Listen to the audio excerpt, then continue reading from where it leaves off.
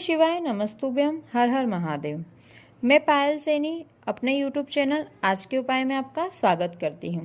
भाद्रपद माह के शुक्ल पक्ष की चतुर्दशी को अनंत चतुर्दशी के रूप में मनाया जाता है, यानी गणेश चतुर्थी के 10 दिन बाद गणेश उत्सव गणेश विसर्जन के साथ समाप्त हो जाता है। गणेश चतुर्थी के दिन गणपति पापा को बहुत ही धूमधाम के साथ घर लेकर आते हैं और उनकी स्थापना करते हैं। 10 दिनों तक विधिवत पूजा करने के बाद अनंत चतुर्दशी के दिन धूमधाम के साथ गणेश जी को विदा कर उनका विसर्जन करते हैं। आज के इस वीडियो में आपको घर पर गणेश जी का विसर्जन कैसे करना है, नदी या तालाब में विसर्जन कैसे करना है, पूजा में चढ़ाई हुई सभी सामग्री का क्या करना है, चौकी कैसे हटाना है, कलश के जल का क्या करना है, कलश पर रखे नारियल का क्या करना है, गणेश विसर्जन करें तब गणेश जी का मुख किस ओर होना चाहिए, गणेश जी का विसर्जन करें तब गणेश जी के साथ क्या क्या रखना चाहिए, ये सभी जानकारियाँ आपको आज के इस वीडियो में बताने वाली हूँ, तो वीडियो को अंत तक अवश्य देखिएगा। गणपति विसर्जन करने से पहले भगवान गणेश की मूर्ति की विधिवत पूजा करनी होती है। सबसे पहले भगवान गणेश जी की मूर्ति पर जल का छींटा लगाकर उसके बाद कुमकुम, चंदन, अबीर, गुलाल चढ़ाइए। अब इसके बाद अक्षत चढ़ाइए। फिर गणेश जी पर रोली समर्पित करें। इसके बाद धूप और दिया लगाएं। अब पुष्प और फल समर्पित करें।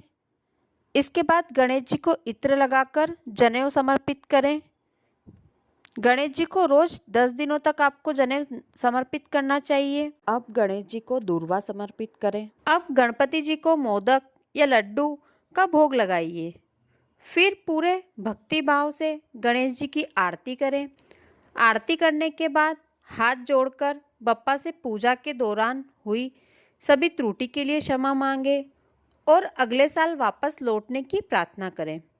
अब गणेश जी की मूर्ति, कलश और जो सुपारी आपने रिद्धि सिद्धि के रूप में रखी थी, सभी को अपनी जगह से थोड़ा सा हिला दीजिए।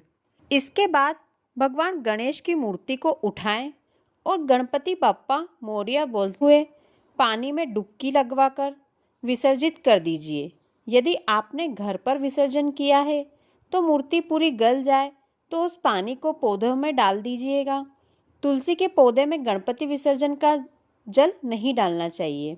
घर पर विसर्जन करने के लिए आप एक बर्तन लें। उस बर्तन में साफ स्वच्छ जल भरकर उसमें थोड़ा सा कुमकुम, अक्षत और पुष्प डाल दीजिए। उसके बाद गणेश जी का विसर्जन उस पानी में करिए। यदि आप नदी में गणेश जी का विसर्जन कर रहे हैं तो एक साफ पटिया ले लें।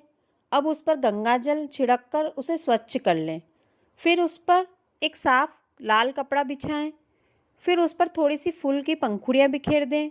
अब गणपति बप्पा मोरया बोलते हुए गणपति जी की मूर्ति पूजा स्थान से उठाकर नए पाटे पर रखें।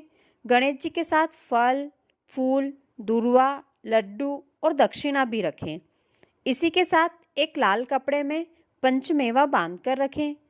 फिर उस पटले को उठाकर नदी या तालाब के किनारे लेकर जाएं।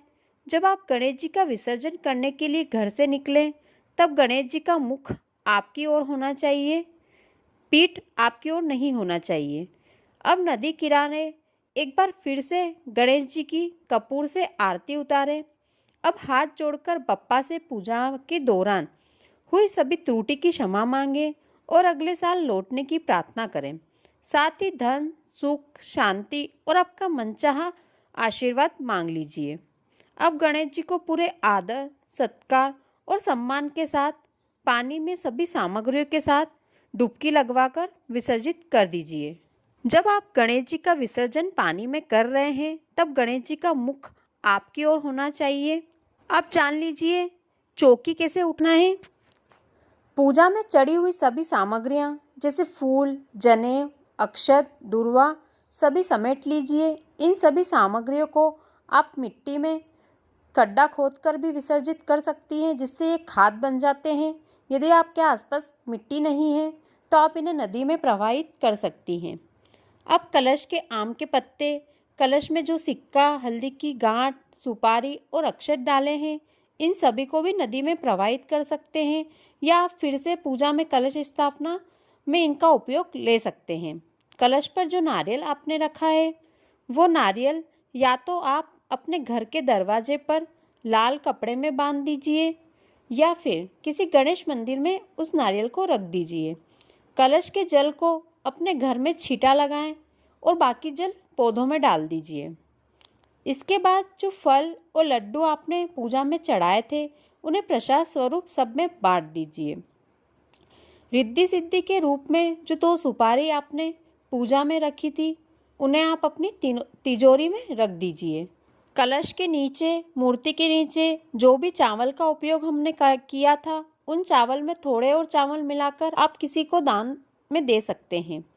इसके बाद अब चौकी पर जल का छींटा लगाकर चौकी भी उठा लीजिए। तो ये थी गणपति विसर्जन की और चौकी उठाने की सीधी, सिंपल, सरल विधि। इसी विधि से आप अपने घर पर गणेश जी का विसर्जन कर सकते हैं या नदी या तालाब में विसर्जन कर सकते हैं।